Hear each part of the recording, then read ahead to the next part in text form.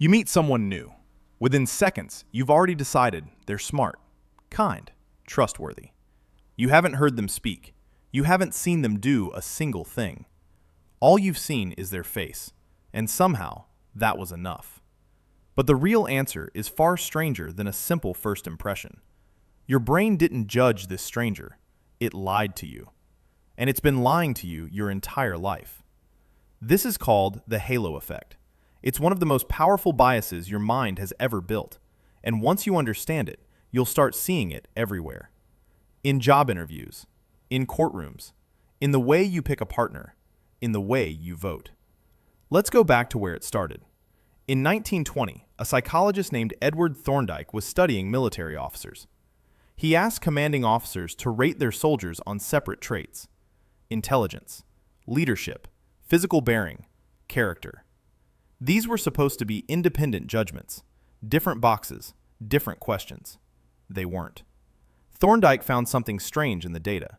If an officer rated a soldier as physically impressive, that same officer almost always rated him as intelligent, capable, and a strong leader too, even when there was no evidence for any of it. One good trait was bleeding into all the others. Thorndike named this the halo effect, after the glowing ring of light painted around saints in religious art. One shining quality, and the whole person looks like they're glowing. Why would a soldier's face have anything to do with his leadership skills? It shouldn't. But your brain doesn't work in separate boxes. It works in shortcuts. Here's the deeper problem. Your brain evolved in small groups, where survival depended on making fast judgments about strangers. Is this person a threat? An ally? Someone worth trusting with your food, your children, your life? There was no time for a full character assessment, so your brain built a shortcut. One trait stands in for the whole person. And for most of human history, that shortcut worked well enough to keep you alive. But it was never built for accuracy. It was built for speed. Fast forward to 1972.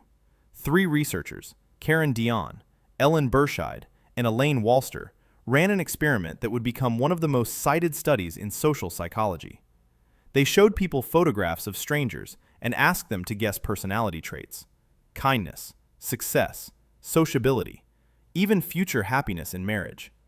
The participants had no information except a photograph, and yet they consistently rated attractive people as warmer, more successful, more likely to live good lives. The researchers called their paper, "What is Beautiful is Good." 4 words that describe one of the most quietly destructive assumptions your brain makes without asking your permission. Think about what that means.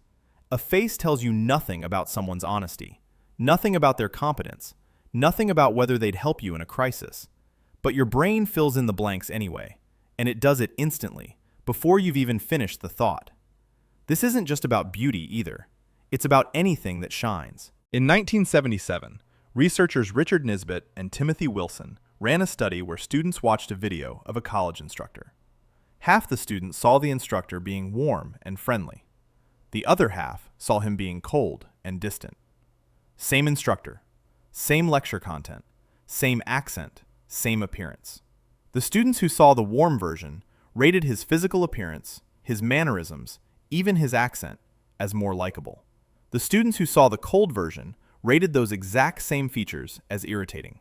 Nothing about the man had changed, only the halo had shifted. And here's the part that should genuinely unsettle you. Nisbett and Wilson asked the students afterward if their judgment of his appearance had influenced their opinion of his personality.